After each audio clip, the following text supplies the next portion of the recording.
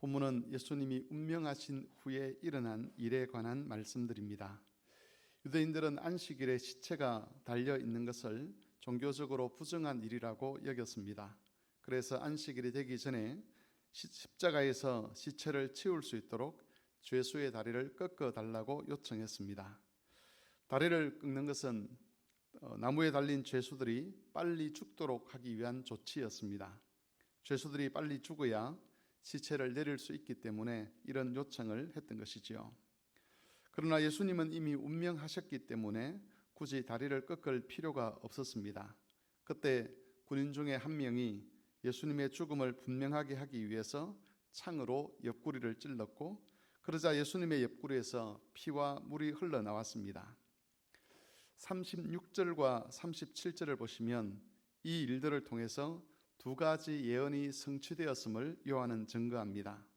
오늘 새벽에는 예수님의 죽음 이후에 이루어진 이 일들이 무엇을 성취하기 위한 것인지를 특별히 두 가지 예언을 통해서 살펴보고자 합니다. 첫 번째는 그 뼈가 하나도 꺾이지 아니하리라는 말씀입니다. 유대인들이 예수님의 뼈를 꺾고자 한 것은 1차적으로는 종교적인 부정에서 벗어나기 위한 것이었습니다.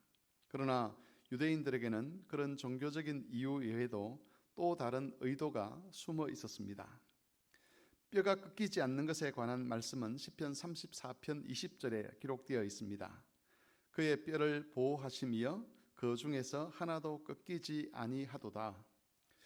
이 말씀은 하나님께서 의인들을 반드시 지키고 보호하실 것을 약속하는 문맥 속에 포함되어 있습니다.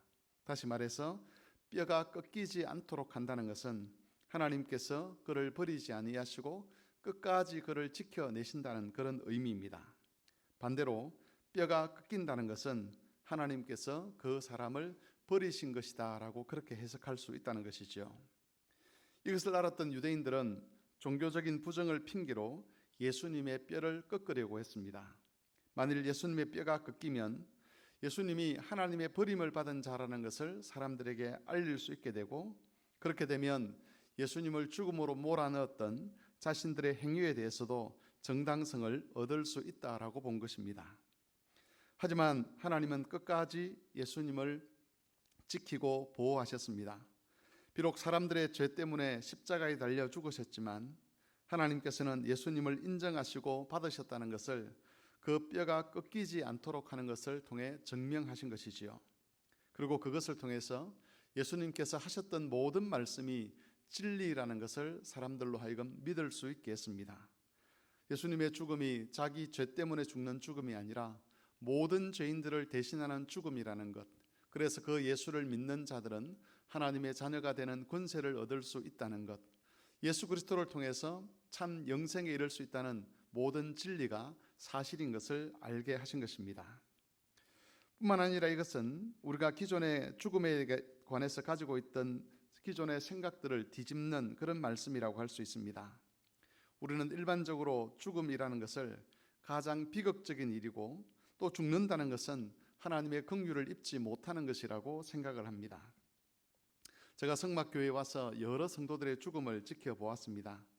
성도들의 장례를 치르면서 개인적으로 시험이 든 적도 몇 번 있었습니다.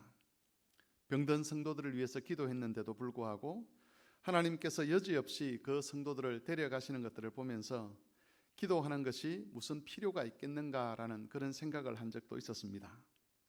하나님께서는 정말 우리의 기도를 들으실 마음이나 들으실 능력이 있는지를 되묻기도 했었습니다. 그때 제가 가졌던 생각이 바로 죽음이라는 것은 비극이고 하나님의 긍휼을 입지 못하는 일이라고 생각하는 것이었습니다. 하지만 성경은 다른 말씀을 합니다. 성경은 성도의 죽음에 하나님의 은혜가 있다는 것을 증거합니다. 예수님이 운명하셨지만 그러나 그것은 하나님께서 예수님을 버리신 결과가 아니었습니다. 뼈가 꺾이지 않게 하셨다는 것은 아버지 하나님께서 운명하신 그리스도를 여전히 붙들고 계시며 지키며 보호하고 계신다는 것을 나타내는 증거였습니다. 성도도 마찬가지입니다. 성도가 죽는다는 것도 하나님으로부터 버림받는 일이 아니라는 것이지요. 성도가 죽는다는 것이 음부의 권세에 지배당하는 일도 아니라는 겁니다. 사람의 눈으로 보면 죽은 상태이지만 그러나 하나님께서는 여전히 그 성도의 영혼을 지키며 보호하십니다.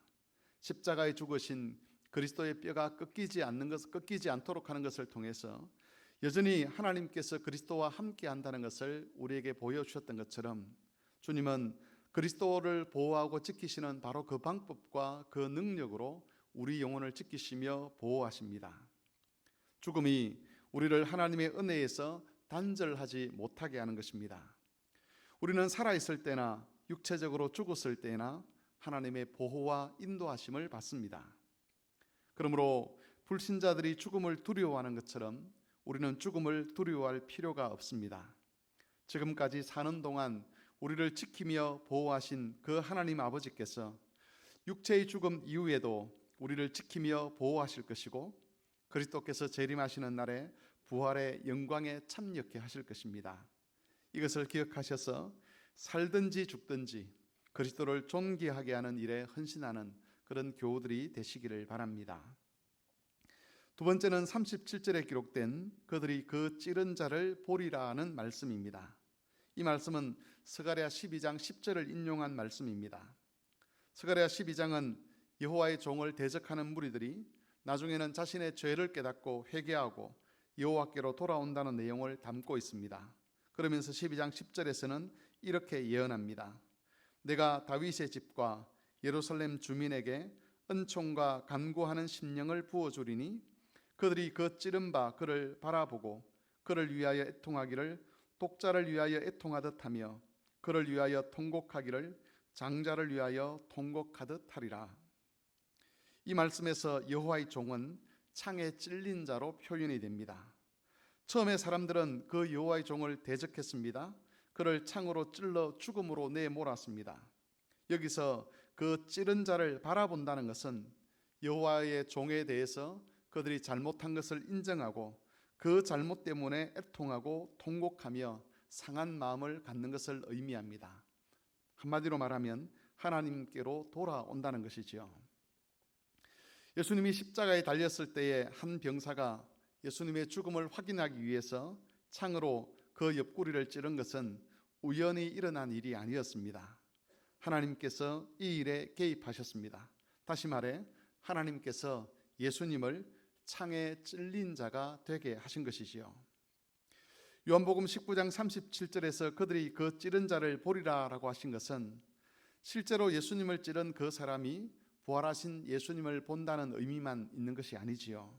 이것은 예수님을 대적했던 자들이 이후에 예수께서 하나님의 아들이신 것을 깨닫고 그들의 죄를 회개하고 예수님께로 돌아와서 예수님을 영접한다는 그런 뜻입니다.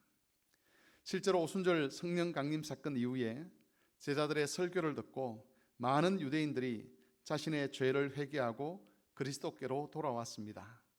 죄를 회개했던 유대인들 중에는 예수님을 대적했던 사람들도 있었고 심지어 제사장 무리 중에서도 그리스도를 믿는 사람들이 많이 있었습니다. 유대인들은 예수님의 뼈를 꺾음으로써 예수께서 하나님의 아들이신 것을 부정하고 끝까지 예수님을 조롱하려고 했습니다. 또한 예수님을 통해 자기 백성을 구원하시려는 하나님의 뜻을 막아서기도 했습니다. 하지만 하나님은 예수님의 뼈가 꺾이지 않도록 지키실 뿐만 아니라 창에 찔린 자가 되게 하셔서 예수님이 하나님의 참된 종이며 구원자인 것을 증거하셨고 실제로 많은 죄인들이 그리스도를 하나님의 아들로 믿고 구원에 이르도록 인도해 주셨습니다. 이처럼 예수님을 통해서 세상을 구원하시려는 하나님의 뜻은 결코 실패하지 않습니다. 많은 대적들이, 많은 권세자들이 그리스도 안에 나타난 하나님의 구원을 멸시하고 그것을 막기 위해서 힘쓰고 애쓰지만 시편 2편에 기록된 대로 하늘에 계신 하나님께서 그 모든 시도들을 비웃으며 조롱하실 것이고 끝내는 하나님의 뜻을 이루시게 될 것입니다. 그러므로 우리에게서 연약함이 발견될 때마다, 우리에게서 악함이 발견될 때마다 우리는 찔린 자가 되신 그 예수 그리스도를 의지하며 살아가야 합니다. 결코 실패하지 아니하시는 하나님의 구원이 그리스도 안에 있다는 것을 기억하고 언제든지 그리스도를 향하여 담대하게 나갈 수 있어야 하는 것입니다. 이 하나님의 은혜가 항상 우리와 우리 자손들에게 임하기를 우리는 간구해야만 합니다. 우리의 믿음에도 여러 가지 대적들과 방해 요소들이 있겠지만 우리 자녀들과 우리 후손들의 믿음에도 대적들과 방해하는 자들이 있을 것입니다. 그 대적들과 방해하는 자들을 물리치고 하나님께서 허락하신 구원의 자리에 이르도록 하기 위하여 우리가 할 수 있는 일은 하나님께 간구하는 것입니다. 우리와 우리 자손들에게 하나님의 은총과 간구하는 심령을 주셔서 애통하고 상한 마음을 갖게 하시고 그리스도를 믿고 참 구원에 이르도록 도와주시기를 기도할 때에 실패하지 아니하시는 하나님께서 우리의 기도를 들으시고 마침내 약속하신 그 구원을 완성해 가실 것입니다. 이 은혜를 기억하시면서 항상 주의 도우심을 구하고 그 속에서 하나님의 평강을 누리는 그런 성도들이 되실 수 있기를 바랍니다.